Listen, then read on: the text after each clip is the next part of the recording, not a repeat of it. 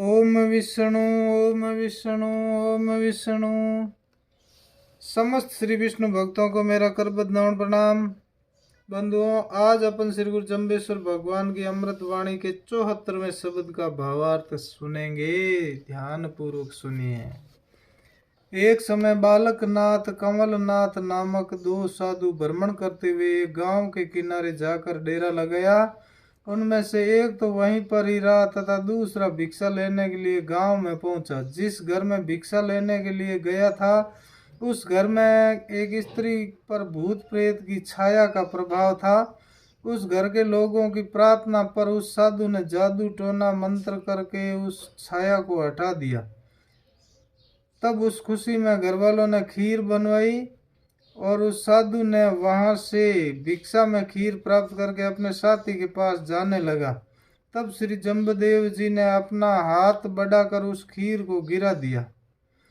वह स्वादिष्ट खीर तो गिर चुकी थी, किंतु उन दोनों ने रूखा सूखा अवशिष्ट भोजन करके समरातल पर श्री जम्बदेव जी के पास आए तो देखा कि उसी हाथ को जिसने खीर गिरा दी थी वह श्री जम्बदेव जी के पास ही देखा।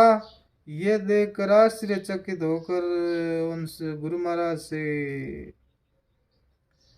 शंका जाहिर की। तब वह यह शब्द गुरु महाराज ने सुनाया।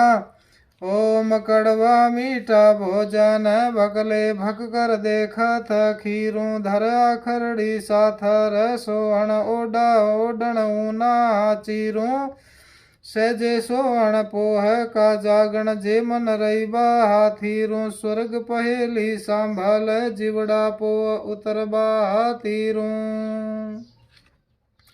इस प्रकार गुरु महाराज ने यह शब्द सुनाया कि ये साधु पुरुषों, आप लोगों ने परमपिता परमात्मा की प्राप्ति के लिए तथा परोपकार के लिए घर बार छोड़कर भिक्षा पात्र हाथ में लिया है। आपका उद्देश्य तो बहुत ही उच्च कोटि का है और यही होना चाहिए।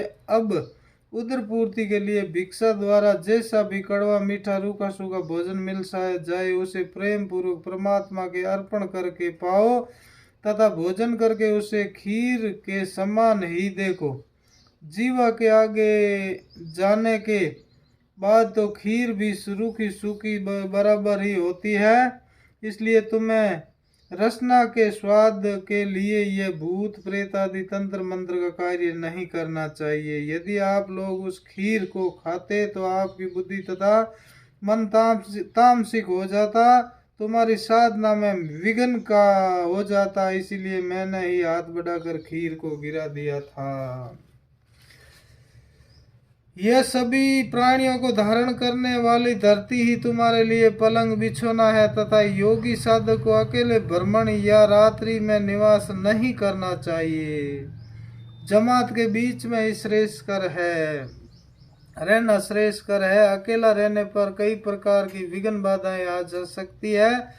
यही तो गोपीचंद जी को उनकी माता ने कहा था कि बेटा सया पर सोना, किले में बैठना, 36 प्रकार का स्वादिष्ट भोजन करना, सवारी से चलना, राजसी ठाट बाट से रहना। किंतु गोपीचंद ने कहा था कि माता मैं आज संन्यास ले रहा हूँ, ये सभी तो मुझे आज छोड़ना पड़ रहा है। आप क्या बोल रही हो, ये मेरी समझ में से बाहर है। तब से माता जी ने कहा था कि साधना में रत रहना, तब अच्छी नींद आए। जब अच्छी नींद आए तब सोना। तुम्हारे लिए यह भूमि ही कोमल सया होगी तथा अकेले कभी नहीं रहना। अभी तुम युवा हो, तुम्हारे अंदर विकार उत्पन्न हो सकते हैं और तुम्हें पंथ से विचलित कर सकते हैं। इसीलिए तुम्हारे जैसे साधक समाज के बीच ही रहना। तीसरी बात यह है कि जब तुम्हें अच्छी भूख लगे तभी भोजन करना। उस समय जो भी रूखा सूखा भिक्षान्न खाओगे तुम्हारे लिए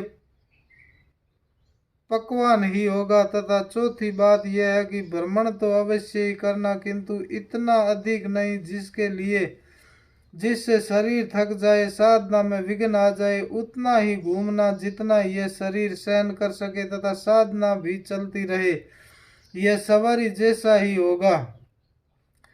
जो भी वस्त्र छोटा मोटा मिल जाए उसे साफ सुथरा रखना तथा उसी में ही संतोष रखना, यही तुम्हारी राजसी रहन सहन होगा।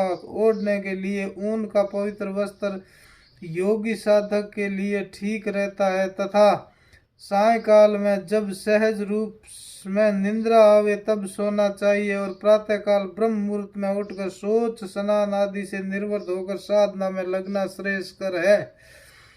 इसी प्रकार से यदि साधना में रत रहेगा तो तुम्हारा यह चंचल मन स्थिर होगा। मन की चंचलता को मिटाने के लिए ही साधना होती है, और यदि यह भी न मिट सकी तो कैसी साधना, जैसा योगी का साधु, कैसी साधना कैसा योगी या साधु है। आगे गुरु महाराज फरमाते हैं, हे जीव, यह स्वर्ग एक पहेली के समान है, अर्थात जिस प्रकार से लोग पहेलियां पूछते हैं उनमें जबरदस्त उलझन होती है। जब तक उसका ज्ञाता नहीं मिलेगा तब तक यह वह सुलझ नहीं सकती। उसी प्रकार से यह स्वर्ग भी उलझनों से भरा हुआ है। वहां तक पहुंचने के लिए तथाकथित धार्मिक लोगों द्वारा डाली गई अनेक प्रकार की उलझनों को पार करना पड़ेगा। जितने लोग हैं उतने ही मार्ग है। अब साधक किस मार्ग को अपनाए और किस को छोड़े, इसीलिए सावधान रहना अति आवश्यक है, नहीं तो तेरे को कहीं भी फंसा दिया जाएगा। यदि तेरे को वहां तक पहुंचना ही है तो इन पहेलियों को छोड़कर गुरु द्वारा बताए हुए सदपंथ को स्वीकार करके उस पर यात्रा प्रारंभ कर दे। निश्चित ही पार पहुंच जाएगा, बैंकुट धाम मिल जाएगा। बोलो श्री गुरु जम्बेश्वर भगवान की जय, श्री विष्णु भगवान की जय हो, जय हो।